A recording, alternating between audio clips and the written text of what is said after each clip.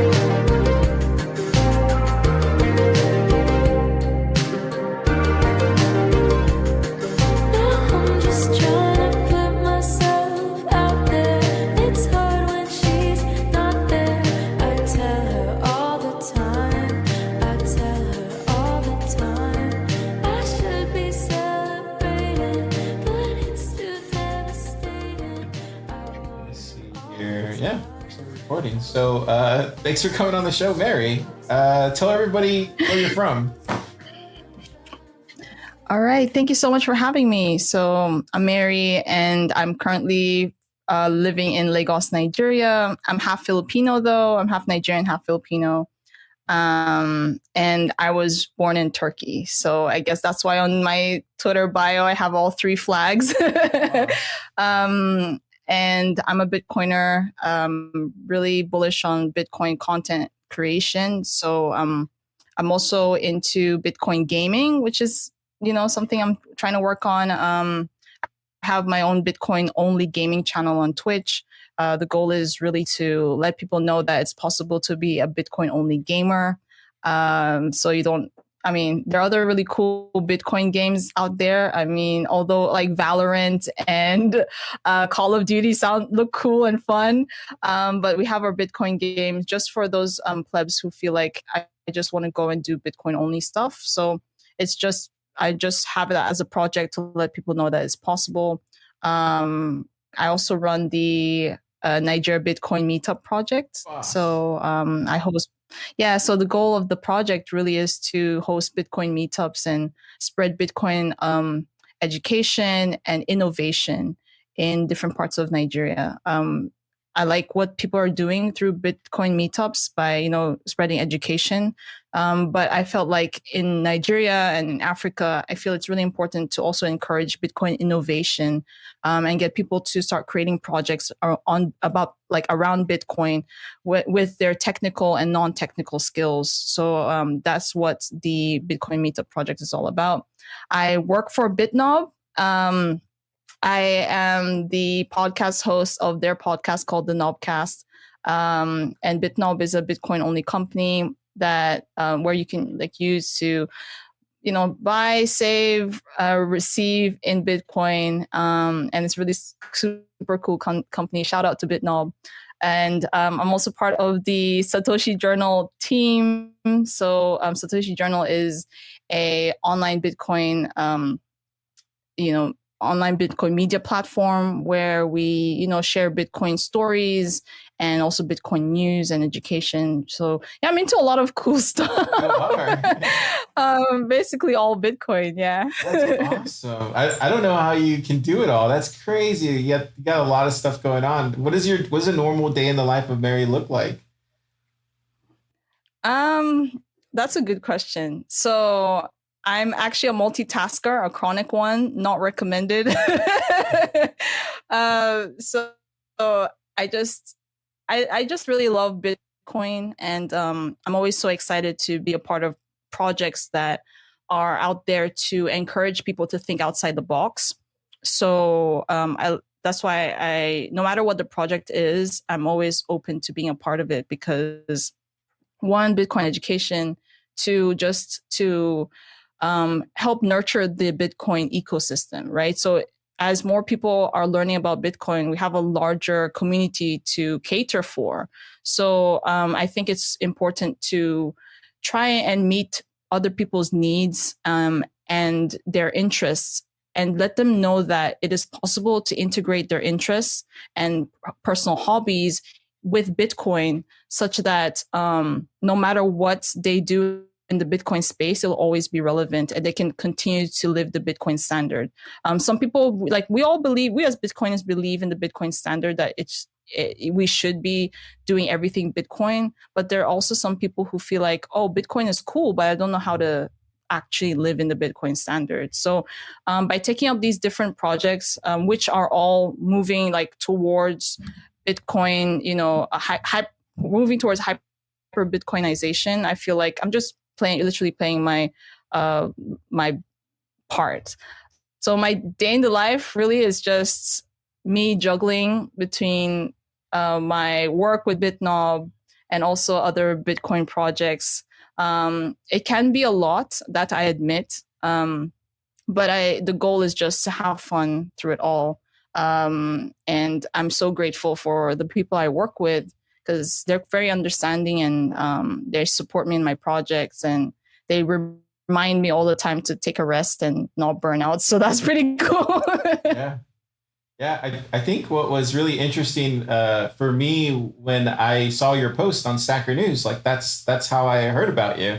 And it was a very like concise post, and it was talking about how you have this Twitch channel and it's growing really fast, and like you're doing it with Lightning games. And I was like, wow, like who's this person that takes the initiative just to do it? And then not only that, like to let everybody know like this is possible, to inspire. To me, that was just like, okay, I need to know who Mary is. Like she's onto something. Aww. And like what you said though was you're trying to find the thing that you are comfortable in interfacing with Bitcoin, and for you that was like the easiest way to start off. But I had no idea you did all these other things. That's pretty cool. Yeah, thanks. So I'm not from a very technical background. I'm not technical at all. My sister is a developer and a lawyer as well. So I've grown up like watching my sister do all these amazing things, as coding and all that. And when I got into the Bitcoin space initially, I thought the only people who are relevant in the Bitcoin space are those who could code.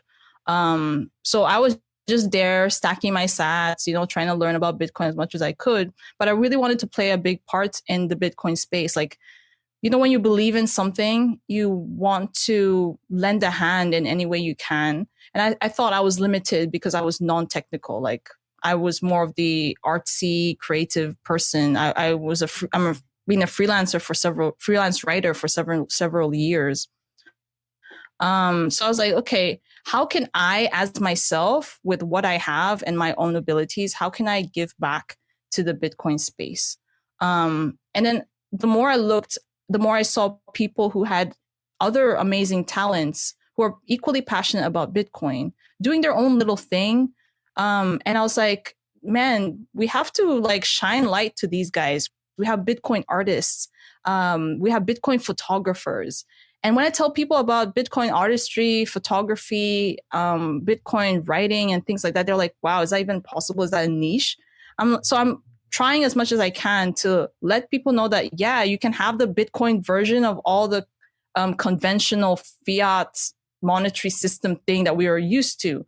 Like if we want to live the Bitcoin world and see Bitcoin like actually live Bitcoin, then you have to start discovering ways you can, make that switch, starting from where you're at, right?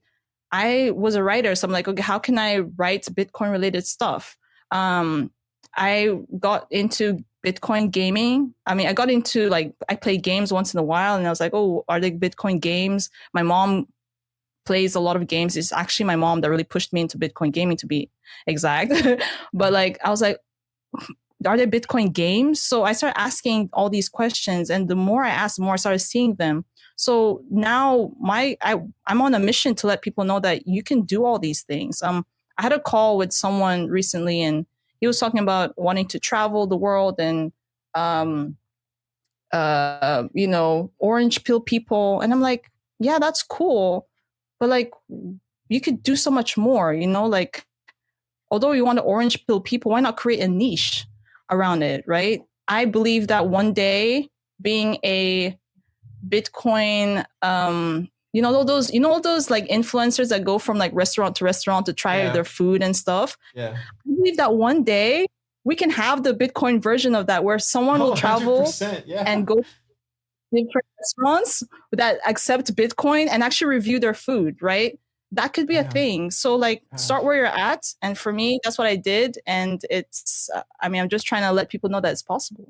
Yeah, that's so inspiring. Yeah, you're right. I'm surprised there isn't an Instagram like profile with like trying out all the places that accept Bitcoin, and then before you know it, they start paying you in Bitcoin to come review their restaurant. Like yeah, there's so much opportunity. Mm-hmm. I think just people maybe they get discouraged because they don't know how to start, or but also I think what you did was really smart. Like you have all these different kind of sandboxes, these buckets that you're like being creative in, and maybe like the Twitch thing is not like your full thing that you're doing, but it's one funnel on the way to like letting people find out about you. And if you have all these different funnels leading back to you, it's like, oh, you do that too. And then, yeah, that's kind of smart. Like you did that. Yeah. Yeah. And it's really cool. I mean, so through Twitch, I'm trying to build like a Bitcoin only gamer community. So for people who want to also run a Twitch channel like myself and just make it fully Bitcoin, because aside from my channel, one other guy his name is Bobby, who streams like Bitcoin games. I know there's one time when Jack Everett from Thunder, and actually he was the one who inspired me because I saw his channel on Twitch where he played one of the games from Thunder Games on his channel. And I was like, oh, this is cool. Aside from those three examples, there aren't any other Bitcoin only gamers. Yeah, there are some gamers that probably play like CSGO, which is Counter-Strike, that with Zebedee and Fuse. Yeah, you have some gamers who play that, but they don't speak English. So, and I feel, and then aside from that, the only biggest Twitch channel that covers Bitcoin related stuff is Bitcoin Magazine. So like I decided to, create a Bitcoin gamer Discord so that people can go in there, learn how to set their own Twitch channel up, just like the way I did, so that this information and experience can spread. So like after every Twitch stream, I log my journey. I log my failures, what I did, the new things I added to this Twitch stream that day, my observations. I write everything down in the hope that whoever reads it they don't have to start from zero anymore, right? Because I want to decentralize this information as much as possible so that we can have more people, do these amazing things as well. Yeah, I can't do everything. You have such the right mindset. You really do, Mary. Like that's what we do here at Pleb Lab. Like we were one of those people that we could throw events with Austin Bitcoin Club, and we were really good at gathering people together, gathering the community together, rallying behind a project or whatever it was. And we just found out over the course of months that man, we're just really good at this. This is a natural talent that me, Kyle, and Keon have together.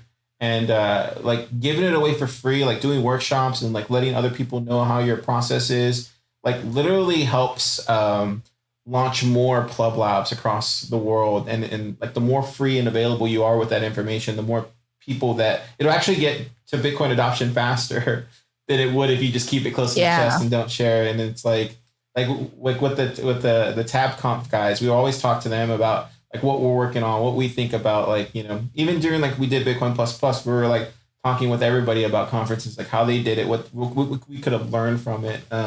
So I think you're right on that. You're like right on target. Like sharing that information is so key because you don't know like who is going to read it and then get inspired and then go create it and then you can learn from each other. It's like so simple. Absolutely. And I think that's really how we grow, right? Like some of the amazing Bitcoiners that we follow on Twitter or any other platform, right? We wouldn't have known what they're doing unless they shared them. I got to know that Bitcoin photography, something like Bitcoin photography is possible because one person started sharing their like collection of Bitcoin related photographs, right? And then I now got interested and actually checked out like so there are these royalty free image websites where we all go get all these photos. So imagine you have a podcast and you maybe want to write like a short post about this podcast episode on Stacker News and you're out there looking for a Bitcoin related photograph, right? When you go to all these royalty free sites, like if I dare anyone who watches this or listens to this right now to just go to any Bitcoin, any royalty free site, write Bitcoin, see the pictures that come out. You're likely to see you're likely to see like all these shit coins show up or something. So okay, now go and write. Yeah, go and write Satoshi Nakamoto. What do you see? Right, and you'll see that like 99.9% of the pictures there do not represent who Satoshi Nakamoto is. It's only a Bitcoiner who understands Bitcoin that know the kind of pictures they would take to represent Satoshi Nakamoto. So imagine you wanted to write that awesome piece and you wanted to use a picture of Satoshi Nakamoto or something that would represent Satoshi. But you go and check the royalty-free site, you see literally nothing and you have to improvise with, these Bitcoin coins or something, right? That's what we all do. We improvise. That's why it's important for Bitcoin photographers to go and do their thing and share all these stuff. So, I mean, these are like really cool stuff that I've been like brainstorming about. And I just tell people because I'm not a photographer, but I know that some photographer would be interested in doing this and expanding their research and seeing what they can do. Same with art, same with music, same with gaming, whatever it is. Yeah, man, you're inspiring me to go do that because I use a lot of those sites all the time to source stuff just to get ideas and then jump from it. But like, yeah, you're so right. They're so lame. like no one. I always blame like the thing, and I'm just like, man, no one's creative. But yeah, you're right. It literally just takes somebody to go out there and like start uploading a lot of the cool stuff. Absolutely. Yeah. So tell me about your meetup. Like, we started Austin Bitcoin Club here in Austin. We don't run it anymore. Like, but I know what it's like to start a club. So what is it like? In Nigeria, starting a meetup. Like what kind of stuff did you learn from it? How has it evolved? So, I mean, I learned a lot within that short amount of time. First off, what I learned was that there is actually a really passionate Bitcoin community in Nigeria, particularly in Lagos, where I stay. I'm yet to like travel other states, but there are passionate Bitcoiners out there in Nigeria, and what they really needed was a space where we could just chill together and speak Bitcoin. I've never been to a meetup before. So it was really funny. I set up a meetup without ever having a frame of reference. And so it was really cool to have this meetup and a lot of people show up and we're all talking about Bitcoin. That was for the first time for me. It was like, oh my gosh, this is so cool. So it was like being in this Bitcoin bubble. I was so happy to meet so many people passionate about Bitcoin, sharing ideas and coming up with different things. People coming to me and being like, oh, I didn't know about this. I'm going to try this today. Or we'll be like, oh, what wallet are you using? You said something about it. And it was really cool. So that is the experiential part of the meetup. The other part of the meetup as for organization, funding. So because it was a Bitcoin only meetup, I wanted to maintain the theme of everything being Bitcoin only. So all the donations towards the meetup were all Bitcoin. So it is Bitcoin meetup funded with Bitcoin, which was really interesting. I've never raised any funding before. So it was really nice to see a lot of people who are interested about it. A couple of things I learned though is that it's very important if anybody wants to set up a meetup, it's very important for you to have a story and a reason why you want to set up a meetup. Yeah, people will be like, oh, it's obvious what a Bitcoin meetup is for. But like you as the host of the meetup, why are you setting it up? And I saw that by sharing my story and the reason why I personally wanted to host the meetup is something that really got people interested in the meetup. Both the participants and the sponsors get really interested about the meetup, right? So I didn't just want to bring a bunch of Bitcoiners in one space and we talk only about Bitcoin. I wanted to bring a bunch of people who are interested in Bitcoin or curious about Bitcoin to come and sit down and be like, okay, we have this problem in Nigeria and in Africa. How do we solve this problem with the unique gifts and skills that we have? That was my goal behind the meetup. It wasn't just sit down, listen to a lecture or someone share some slides. It's like, go there, come out knowing that, oh, I need to do this thing. I know who to reach out to because I met these bunch of people who would work well with my project or idea. And so I shared that story. I shared the vision behind it. And that actually really helped get a lot of attention to meetups. I know that different meetups would have different purposes and different visions, but whatever your vision or purpose behind your meetup is, I feel it's very important to share that story. And then secondly, being transparent about everything is so important. So if you are able to reach out to maybe someone who writes articles, like, for example, Satoshi's Journal was the media partner for my meetup. They documented the whole process. They shared the press release and everything. So from A to Z, they were there. And then we had the Bitcoin for Fairness. They had an article about us as well. And then when I was raising funds, I'll just go out there on Twitter and be like, thank you so much. I'm so happy and so grateful about this. And literally show evidence that this is what happened. We had Pakudola India come in as well, and he shared a couple of videos from the meetup, which was cool. And that video, I mean, it was just proof that yes, it indeed the meetup held. We could really see the numbers, at least from the video. You can tell that maybe about 30, 40 people came in. Like, there is transparency, and I feel like that is also important. So story, being transparent, having a goal or a vision behind the purpose of your Bitcoin meetup is definitely key. And those are the lessons I'm going to carry along for the next round of meetups that I'll be setting up. Yeah, you've hit 100%. Everything you said, I totally agree with. There's it really is. You have to. It's almost like the way I looked at it when I started ABC was like, I have to think of the selfish reasons I want to start it, like for myself, what I think I should start it for. And then when I had Kyle, he's the co-founder of ABC too, like what was his reasons? And then we both came to the decision, like, we wanted to help our community. Like, we really wanted to help Austin and get Bitcoin out there. And because at the time they were trying to move like Citycoin here and do all those kind of things. So we were like, no, like we need to go full throttle and like let everybody know like what Bitcoin is. And that's why we did a lot of the things we did that way, was because like we needed to be loud. We needed to be aggressive. We needed to do these things to let people know like, no, Bitcoiners are here and they're going to keep coming.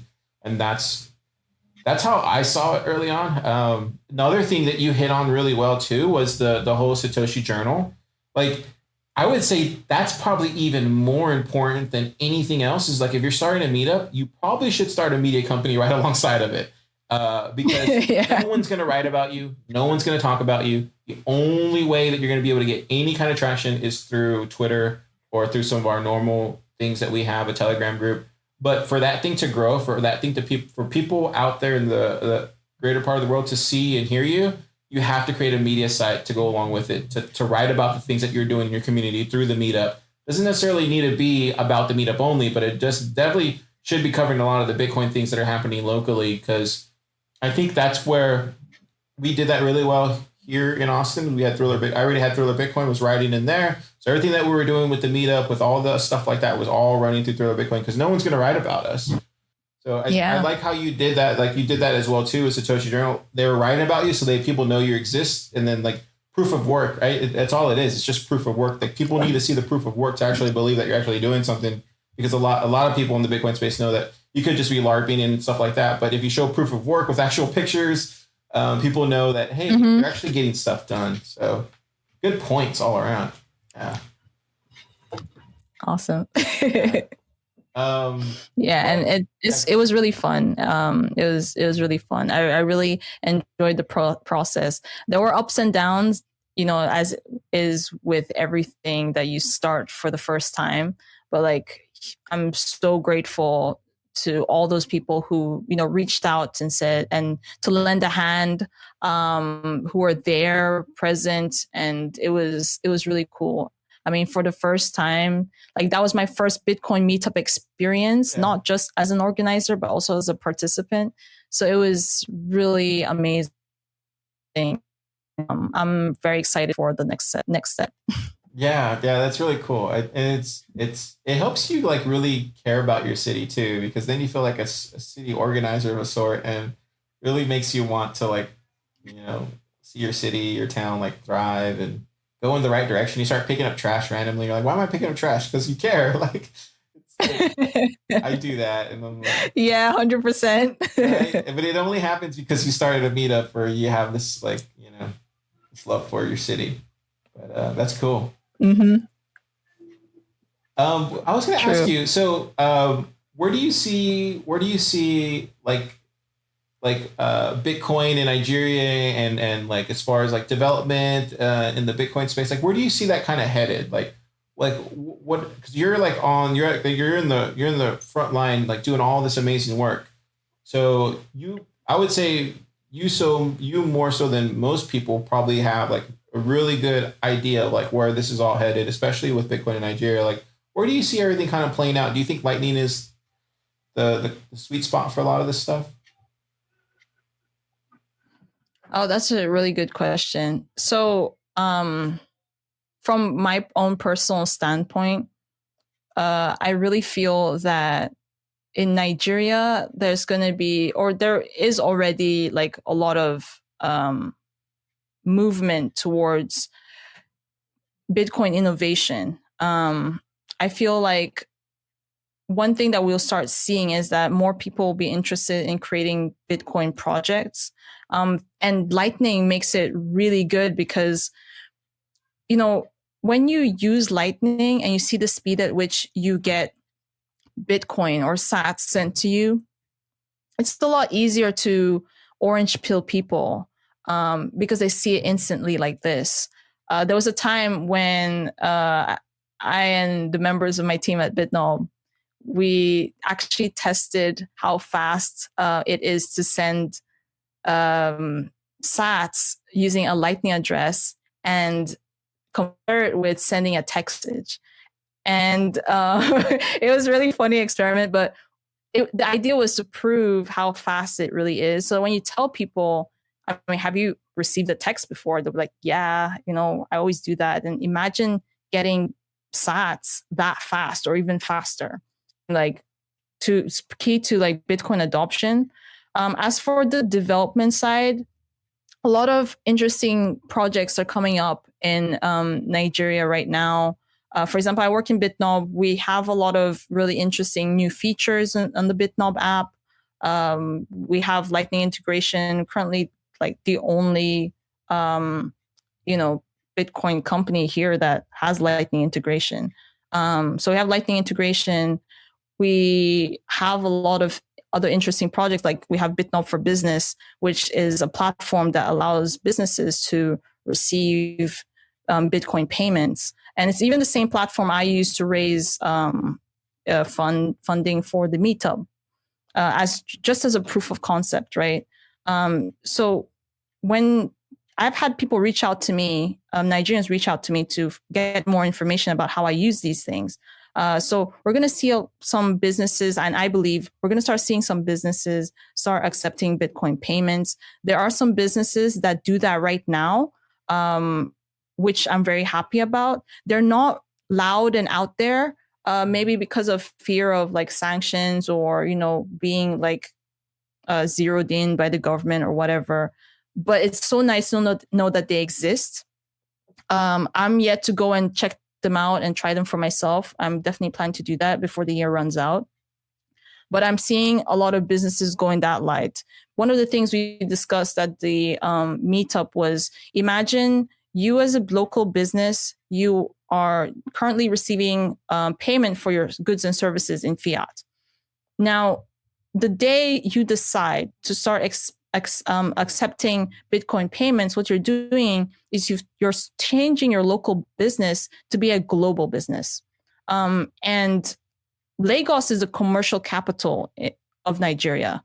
So telling people who are in the commercial capital of Nigeria that, look, you can globalize your business with this simple switch. I know that the more we tell this to more people, we're going to start seeing some businesses look or be open towards trying it out, and actually see their business expand to the global level. And what else have I missed? Okay, then we have a lot of creative people here. And I know that, okay, for example, with NFTs, there was huge NFT boom in Nigeria. So I know that if we look at how fast the creative industry went and like held on to NFTs, I know that if they understand Bitcoin and combine Bitcoin and their art, there will be a way they can sell their art or like publicize their art and receive sats for this. So we're going to start seeing an influx of people thinking outside of the box in Nigeria. Because now people are starting to recognize that a lot of the Bitcoin solutions that we have access to, they were created with the mind that it's only people in that region where the app was created that will use this thing, right? Never did people, the creators of Cash App or Strike, think that Strike would go. Okay, I can see you now. Yeah, I'm back. Okay. Sorry about that. So I think you were leaving on the part where you were talking about Strike, where you see Strike going somewhere. Yeah. So Strike, Cash App, all these platforms never thought that they would be as big as they are today or go farther than the shores of the US, right? So one thing that, and people are starting to, like, people in developing countries in Africa, they're starting to recognize that these platforms, they're great, but they were created with the people where it's coming from, the original people in mind, right? They don't solve African problems, at least not perfectly.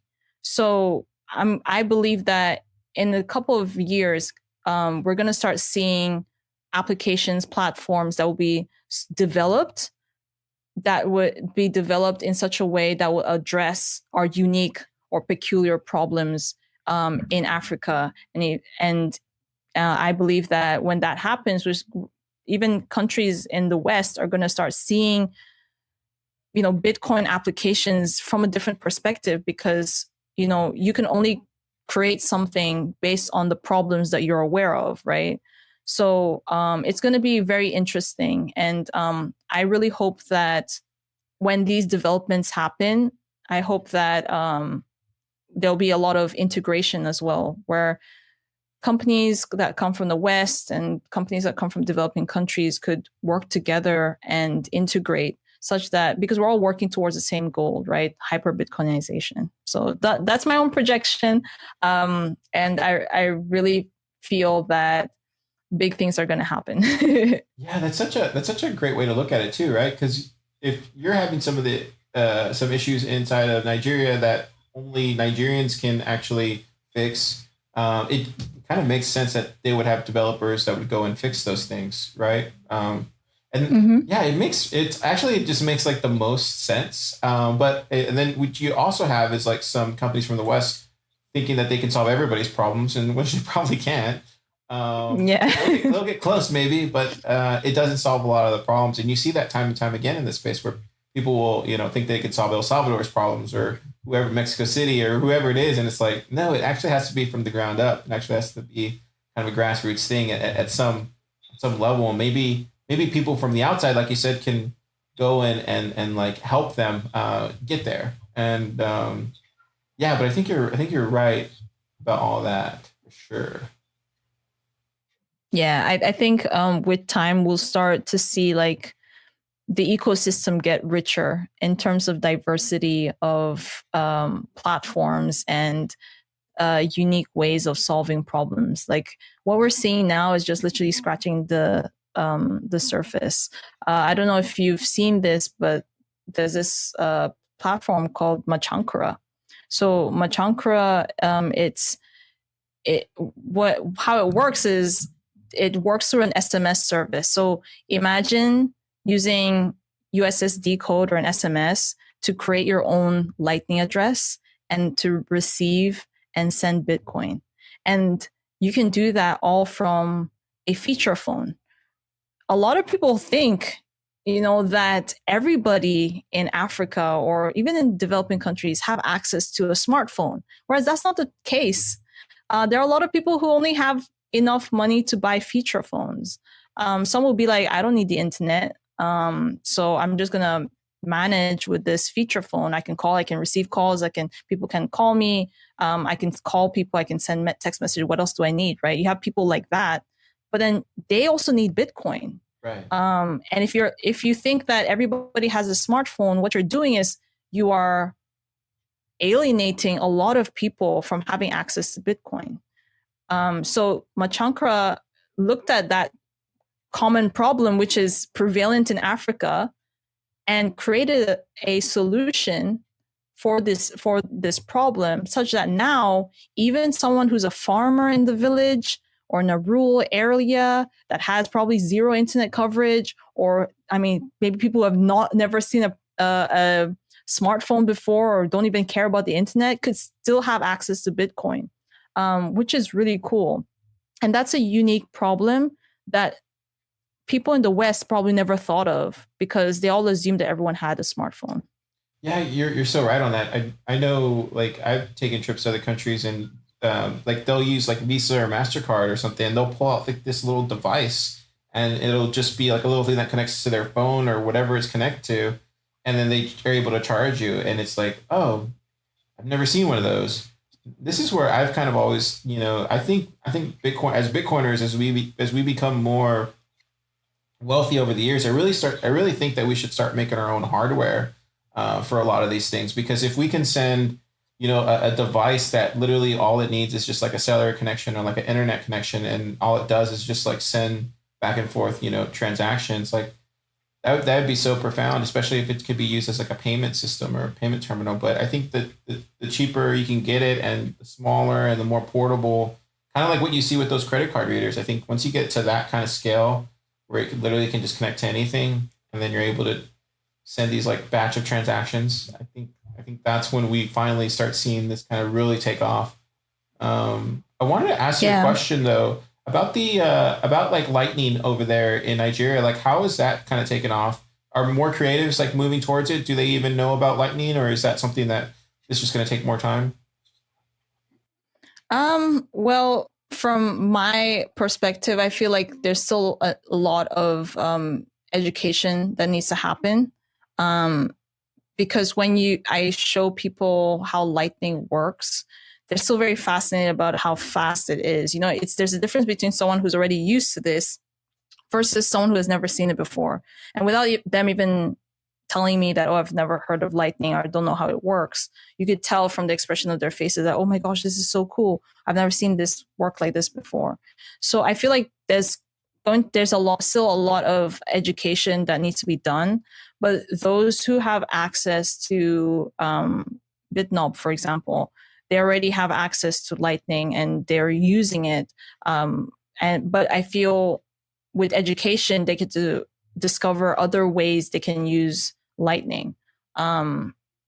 Gaming, for example, you get paid in sats via Lightning. You know, what Bitterfield is doing with the vouchers, right? You pay via Lightning. So I think in addition to educating people how to use Lightning, there also might be a need for more education to show people other ways they can use Lightning. But like whenever you talk about Lightning and demonstrate it to people, it really does get their interest. It but I'm sure I know it's a matter of time before more people use it. Yeah, it's one of those things. And then it's just cool too. Like, it's just cool. Yeah. It has a really good brand. Like, I don't know how else to say it, but it just, when you think of Lightning, you're just like, oh, it's cool. There's just something about it. I knew when the first time I heard about it in like 2019, 2020, I was like, oh, this just feels cool. Yeah, it really is cool. Yeah. I remember the first day I tried it out. I was like, oh my gosh, ever since then I've been addicted. So like now I look for different ways I can use Lightning because I love how fast it is. Now these days I won't create unless I'm getting paid, or like I won't do anything on social media these days unless I'm getting some sort of Lightning integration. I think that's where it's kind of headed. Like I think it's going to get to a certain point where people aren't going to be posting anything socially just for the fun of it anymore, unless they're getting paid sats of some sort. Like, that's why I think it's like the end of days for like Twitter and for like Facebook. I think it's because we're becoming more aware of the idea of proof of work. You know, creating content or tweeting is no longer just, you know, something you do for leisure. There are now people who are being strategic about it, and they want to get rewarded for their intellectual property. so yeah, but like for Twitter, for example, there are platforms you can use. Like, I don't know if you've heard of Twitoshi before. So Twitoshi is just like Twitter, and you earn sats just using it normally, like the way you use Twitter. So for when you tweet at the end of the day, or rather for me, it's the next morning, I get my sats rewards for all the tweeting I've done for the day. So what is Twitoshi, you said? This whole time. It's called Twitoshi. So you can tweet, you can retweet, you can send DMs, just like the way you use Twitter. I think the only thing you can't do right now is to join Twitter Spaces. But I believe that with time, that's going to be included. But that's something one could look at. So for all the Bitcoiners on Twitter who want to earn sats for tweeting, Twitoshi's your go-to. So cool. I feel you remind me of my friend. He also has like this thing where he's like, I don't know what it's called, but he has like, he knows all the cool stuff to get like sats, and then he's like, yeah, and I send it through this, and then it goes out this way, and I save 20% on my bill. Or I'm like, wait, how? Yeah, I actually have a whole list. Really? I have a whole list of Bitcoin platforms that you can use to get sats. I have a whole list of that. I can share it so you can drop it in your show notes or your descriptions. Yeah, you should write about it and like post it somewhere. Yeah, man, it's so great talking to you. I feel like you're definitely doing a lot, like, which is inspiring as hell, like for me. And it also seems like you're very knowledgeable about all these things, because it's like, it's a lot. You know what it's like a day in the life of like Bitcoin, like everything moves fast. So yeah, it's hard to keep up sometimes. But like, I feel like if we could just do a little bit by taking stock of all these cool things you can do with Bitcoin and all these cool platforms and share it with many people, with time, more people will get to see it. So that is why I had that list that I keep like updating as I go, and I share it with as many people as I can, and so that people are aware. I've seen Twitter threads about this where people share a list and of their favorite Bitcoin platforms, and this is the Bitcoin innovation I'm talking about. Right. Through all this, we can like literally live the Bitcoin lifestyle. From reading to tweeting to listening to podcasts, you can earn sats. It's so cool. Everything. Yeah. It's awesome. Well, thank you so much for coming on the pod. I really appreciate it. Yeah, super inspiring. And I kind of knew, I was like, oh man, I was telling Keon, I was like, I have a feeling I'm just going to get super inspired today after talking to Mary. Cause like, just like watching you on the internet, I'm just like, wow, look at all this cool stuff she's doing. Like it's inspiring. And yeah, hats off to you. And where can people follow you? Where can people, get in contact with you if they want to, like, do gaming or something like that? Sure. Thank you so much for having me on the show. And it's very nice that I got a platform to share all this. So you can follow me on Twitter. My handle is at Mary_Imasuen. That's MARY_IMASUEN. And for gaming, I stream every Monday at 9 p.m. West African time, 8 p.m. GMT, 4 p.m. Eastern. So I have all the time zones there. I stream every Monday on Twitch. And my Twitch name is Mary Imasuen. That's MARYIMASUEN. And yeah, just give me a follow. I'll be happy to chat with you if you have any questions. Yeah, that's awesome. Well, thank you so much, Mary. I appreciate it. I'm going to end it right here.